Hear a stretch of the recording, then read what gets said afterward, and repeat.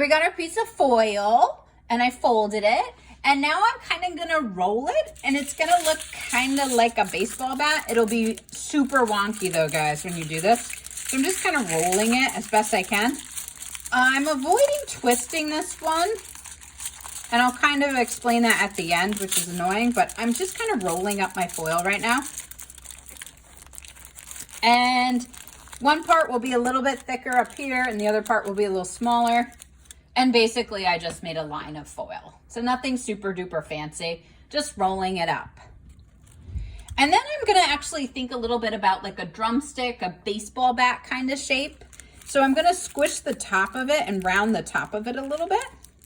So just kind of the very, very tippy top. And again, the first time you make this, you might be like, oh my gosh, this is so weird. And you might throw this away and make another one, and that's okay. But just stick with it from start to finish before you get rid of it. And I do take a little extra foil, probably the size of my hand-ish. And I will wrap the top to make the top a little bit thicker. Some of you will hate this in the end and you'll be like, it's too big, but you could squish it down if you need to. So I am actually gonna wrap the top and make it even thicker. So, and I'm rounding the top a little bit. So this is kind of weird. It's almost like I'm making like a club or a baseball bat. Something that could do harm to someone if you're not careful.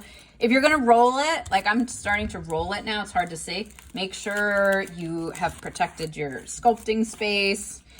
This is why you should all get a studio in your house where you can just make art. I highly recommend it. It's pretty awesome. There you go. All right, cool. And I made like a baseball bat-ish shape.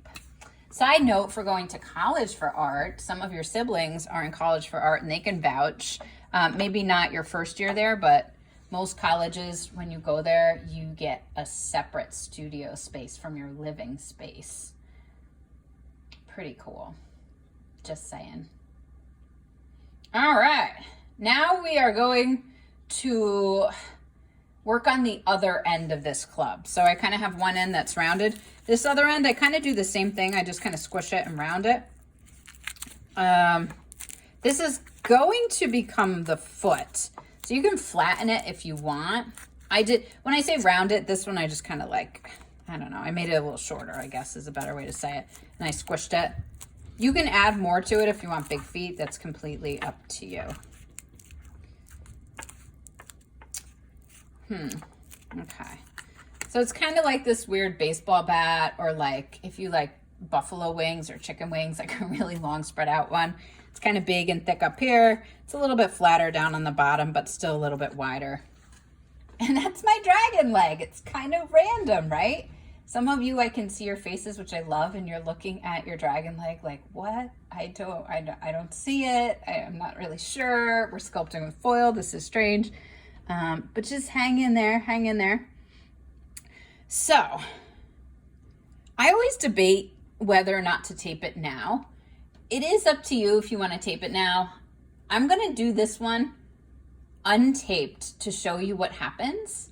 And you can kind of decide if you want to tape it first, tape it last, whatever.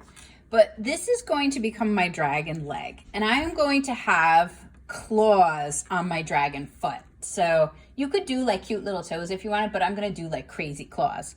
So on the bottom, this part right here is going to become the foot. And I'm going to take my scissors and I'm going to make 2 cuts because I want 3 claws. If you want more, you'll have to make more cuts. But this is the reason why we didn't twist it. If I had twisted this when I cut it, which I've done many times before, mind you, the toes fall off because of the way the foil is twisted. So if you twisted yours, not a big deal, but you might just want to wrap it and add something around. And if your toes fall off, whatever, just make another one. I'm also opening the scissors really wide.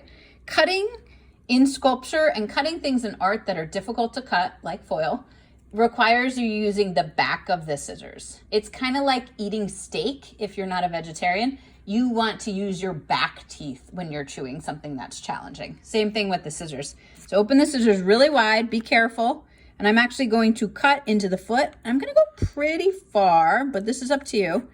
You can always tape it and make it shorter if you want, but I went pretty far and I made 1 cut And now I'm actually going to do another one. So you can see, you might want to make it wider if you're feeling like you need 4 or 5 toes or claws or whatever. And it gets weird when you cut it. But I just made 2 cuts. And they kind of separate naturally. I don't know if you guys can kind of see that. So now it looks like this weird, like, random arm hand thing. And you make those cuts. And it does look a little creepy. You can run around the house and scare your family members with this. Put it, like, right next to their ear. But what I'm going to do is I'm going to take these little creepy claws and I actually bend them up in the shape of a C. So I'll try to do it from the side so you can see my C shape. It's like Sesame Street, guys. Today's art lesson is brought to you by the letter C. So bend it up, curve it, or like a rainbow, however you want to do it. So can you see my C shape? And I'll do it with the other toe.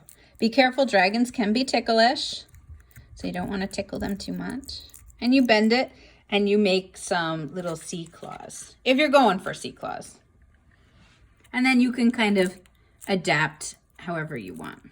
Now, the tricky part with this is it's kind of hard to tape them, but at least you could see what I was doing.